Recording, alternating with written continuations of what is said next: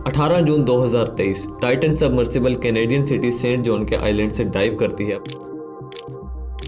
अपने 5 पैसेंजर्स के साथ। ये पैसेंजर्स समंदर की गहराई में करीब 100 साल पहले डूबे द ग्रेट टाइटैनिक के मलबे को देखने जा रहे हैं। इनमें से हर एक पैसेंजर ने $2.5 लाख पे किए हैं 8 घंटे की इस डाइव के लिए, और ये इतना महंगा सिर्फ इसलिए है कि टाइटैनिक जहाज का मलबा ओशन फ्लोर पर मौजूद है, जिसको देखने के लिए इस सबमर्सिबल को 3810 मीटर्स डेप्थ यानी अप्रोक्सीमेटली 4 किलोमीटर समंदर की गहराई में जाना पड़ता है। टाइटन सुबह 9:30 बजे अपना सफर शुरू करती है और हर 15 मिनट के बाद ये सिग्नल्स भेजती है समंदर के ऊपर एक जहाज पोलार प्रिंस को।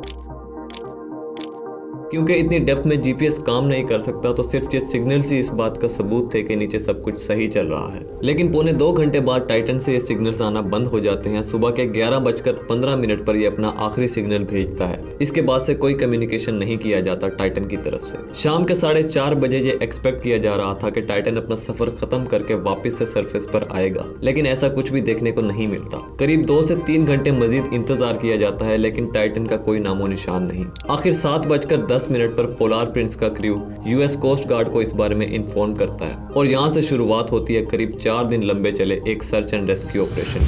समंदर में तबाह होने वाली आप दोस्त के मुसाफिर आखिरी लम्हात में अंधेरे में मौसीकी सुनते रहे। A submersible vessel which takes people to see the wreck of the Titanic has gone missing in the Atlantic Ocean. The board will first and primarily work to determine the cause of this marine casualty and the 5 associated deaths. This morning, search crews racing against time to find that missing submersible. Run the whole thing with this game controller.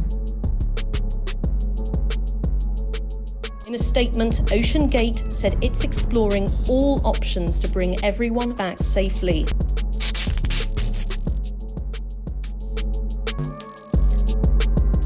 American oceans के मुताबिक human body के लिए 40 metre एक safe depth है पानी के अंदर। जितना गहराई में जाते जाएंगे उतना ही पानी का प्रेशर बढ़ता जाएगा। अगर आपने किसी पूल में डाइव किया हो जिसकी गहराई चाहे 6 से 10 फीट ही क्यों ना हो, आपने नोटिस किया होगा कि उस 10 फीट पानी का भी आपकी बॉडी पर कुछ प्रेशर होता है। इसी तरह समंदर में भी हर 10 मीटर की गहराई के बाद ये प्रेशर पहले से डबल हो जाता है, यानी कि ओशन के 3800 मीटर नीचे टाइटन को सरफेस लेवल से करीब 380 गुना ज्यादा पानी के प्रेशर में सर्वाइव करना था। तो यकीनन इस प्रेशर को जहन में रखते हुए टाइटन को डिजाइन किया जाना चाहिए था। ओशन गेट का कहना था कि टाइटन को यूनिवर्सिटी ऑफ वॉशिंगटन, रॉकेट्स और सैटेलाइट्स को डिजाइन करती जानी मानी कंपनी बोइंग और नासा के कुछ एक्सपर्ट्स के कोलैबोरेशन से डिजाइन किया गया था। 22 फीट लेंथ के साथ 10,432 किलोग्राम वजन था इसका। इसकी बॉडी, जिसे हल भी कहा जाता है, वो कार्बन फाइबर और टाइटेनियम से बनी थी। पानी के अंदर का व्यू देखने के लिए 380 मिलीलीटर्स पर एक व्यू पोर्ट बनाया गया था, जिससे एक वक्त में सिर्फ एक ही पैसेंजर देख सकता था। और इंटरेस्टिंगली इस पूरे सबमर्सिबल को कंट्रोल किया जा रहा था एक video game controller Logitech F710 की मदद से। बहुत से लोगों ने शुरुआत में इसी कंट्रोलर को इस इंसिडेंट की वजह डिक्लेयर किया, मगर ऐसा नहीं था। इन गेम कंट्रोलर्स का इस्तेमाल काफी कॉमन रहा है यूएस नेवी में भी। इस वाकये की असल वजह कुछ और थी। यूएस कोस्ट गार्ड को खबर मिलने के बाद सर्च एंड रेस्क्यू ऑपरेशन शुरू किया गया, और अब टाइटन को तलाश करने के लिए इनके पास सिर्फ 86 घंटों का वक्त बचा था, क्योंकि टाइटन में 96 आवर्स का ऑक्सीजन बैकअप मौजूद था और करीब 10 घंटे पहले ही गुजर चुके थे इसे समंदर में। ज्यादातर सबमर्सिबल में एकूस्टिक बीकन नाम की एक डिवाइस होती है जो रिपीटेडली पानी के अंदर साउंड या एक तरह का पल्स एमिट करती है, जिसके जरिए इसे लोकेट किया जा सकता है। अनफॉर्चुनेटली टाइटन में यह डिवाइस मौजूद नहीं थी, जिसको देखते इसे ढूंढना और भी मुश्किल हो चुका था। यूएस गार्ड के साथ साथ यूएस नेवी और कैनेडियन कोस्ट गार्ड भी इस रेस्क्यू ऑपरेशन में शामिल होते हैं। शुरुआत में 3 एयरक्राफ्ट इस्तेमाल किए जाते हैं इस ऑपरेशन में, 2 कैनेडियन और एक यूएस एयरक्राफ्ट। ये प्लेन्स सोनार डिप्लॉय करते हैं ताकि पानी के अंदर भी टाइटन को डिटेक्ट किया जा सके।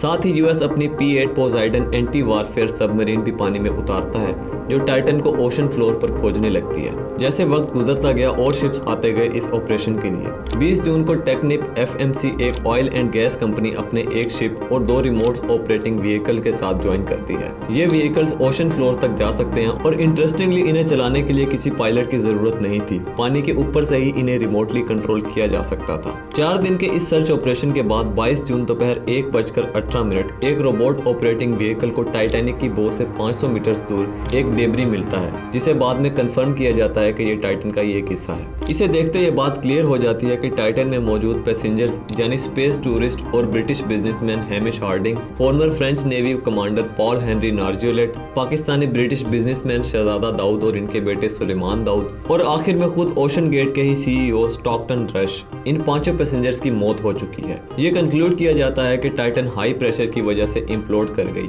यानी प्रेशर की वजह से स्क्वीज होकर ये फट गई और ये प्रेशर इतना ज्यादा था कि मिली सेकेंड्स के अंदर ये इम्प्लोजन हुआ, यानी कि अंदर बैठे पैसेंजर्स को कुछ पता चलने से पहले ही उनकी मौत हो गई। और इस इम्प्लोजन के पीछे सिर्फ एक ही वजह थी और वो थी टाइटन में कार्बन फाइबर का इस्तेमाल। आमतौर पर बाकी सबमर्सिबल स्टील या टाइटेनियम की बनाई जाती हैं क्योंकि कार्बन फाइबर इतना प्रेशर बेयर नहीं कर पाता।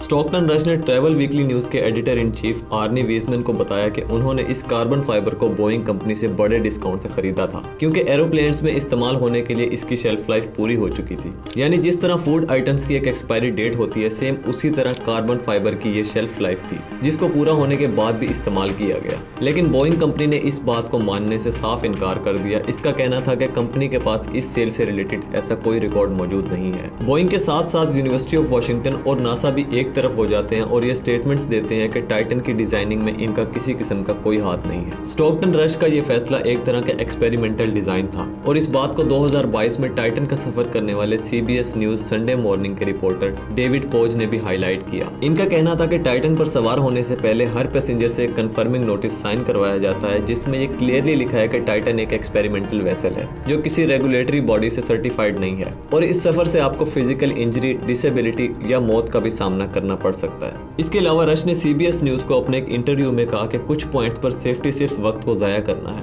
अगर आप इतना ही सेफ रहना चाहते हो तो अपने बेड से मत उठो, कार में ना बैठो, कुछ भी मत करो। इनका कहना था कि I have broken some rules to make Titan. I think I have broken them with logic and good engineering behind me. The carbon fibre and titanium, there is a rule you don't do that, well I did. यानी ये जानते हुए कि carbon fibre के इस्तेमाल से रोका गया है लेकिन फिर भी इन्होंने ये किया और अंजाम हम सबके सामने है। आज की वीडियो के लिए इतना ही, मिलते हैं नेक्स्ट वीडियो में, तब तक के लिए बाय।